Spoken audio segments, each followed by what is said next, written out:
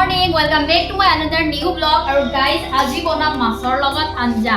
পালেং শাকৰ আৰু ৰাতিপুৱা মিষ্টাৰ গুচি গৈছিলে বজাৰত আৰু বজাৰৰ পৰা আনিলে এয়া চাওক কি আনিছে গ্ৰীন সবজি গাইস মই সবজিবোৰ বহুত ভাল পাওঁ ঠাণ্ডা দিনৰ যেহেতু এই সবজিবোৰ মানে এভেইলেবল মানে থাকে আৰু সেই কাৰণে ঠাণ্ডা দিনৰ কিন্তু বহুত ভাল গাইস কি জানানে ঠাণ্ডা দিনত বহুত ধৰণৰ সবজি থাকে আৰু বহুত ধৰণৰ সবজি খাই মানে আঞ্জা খাই বহুত ভাল লাগে কেলে চাইছে মিষ্টাৰ মই যিবোৰ সবজি ভাল পাওঁ সব আনিছে আৰু আজি বজাৰত গৈছিলোঁ যেহেতু সব পাইছে সেইকাৰণে উঠাই আনিছে আৰু দাম হ'লেও আৰু কি খোৱাত আৰু সেইবোৰ ভাবি থকা নাই দাম চামৰ কথা এতিয়া কিন্তু সবজি বজাৰ বহুত চৰা গাইছ বহুত দাম চলি আছে যেহেতু সব সবজি নতুন আনিছে সেইকাৰণে বজাৰ কিন্তু পুৰা জুই হৈ আছে গাইছ কি ক'ম আৰু গাইছ মই প্ৰথমতে মাছটো ফ্ৰাই কৰি লওঁ ধুনীয়াকৈ ধুই লৈছোঁ কাটি বাছি ৰেডি কৰি লৈছোঁ এতিয়া মই এই 3টামান মাছ ফ্ৰাই কৰিম আৰু এই 3টামান বইল কৰিম কাৰণ মিষ্টাৰৰ যিহেতু বেমাৰ হৈ আছে এখেতে ভাজা মাছটো ফ্ৰাই কৰা মাছ কমকৈ খায় সেইকাৰণে মানে পালি পূৰা ৰেডি হৈ আছে আৰু হেৰিত যাবলৈ নামাজত যাবলৈ মছজিদ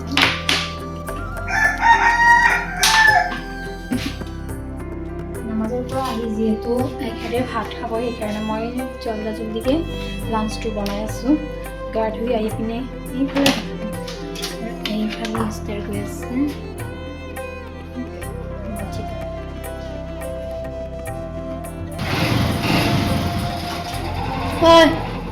হেল্ল' আসসালামু আলাইকুম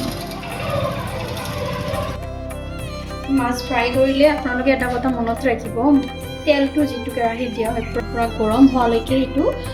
জুইত থৈ দিব লাগিব নহ'লে মাছটো দিয়াৰ লগে লগে তলত লাগি যাব সেইকাৰণে পুৰা তেলটো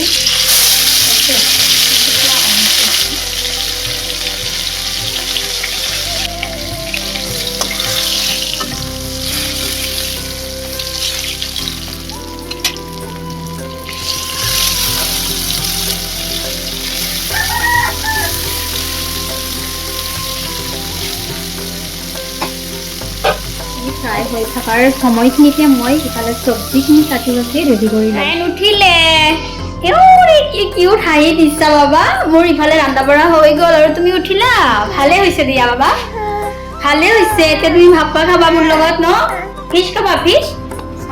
ই উঠিলে মানে মোৰ ভেজাল আৰু এয়া চাওক কুকাৰ লৈ গৰম তোতা গৰম ইফালে চব্জি হৈ আছে গাইজ বহুতখিনি ভিডিঅ' কৰা নহ'লে কাৰণ মোবাইলৰ ষ্ট'ৰেজ শেষ হৈছিলে তাৰপিছত মই ভিডিঅ' ডিলিট কৰিলোঁ আৰু দেন ষ্টাৰ্ট কৰিলোঁ আকৌ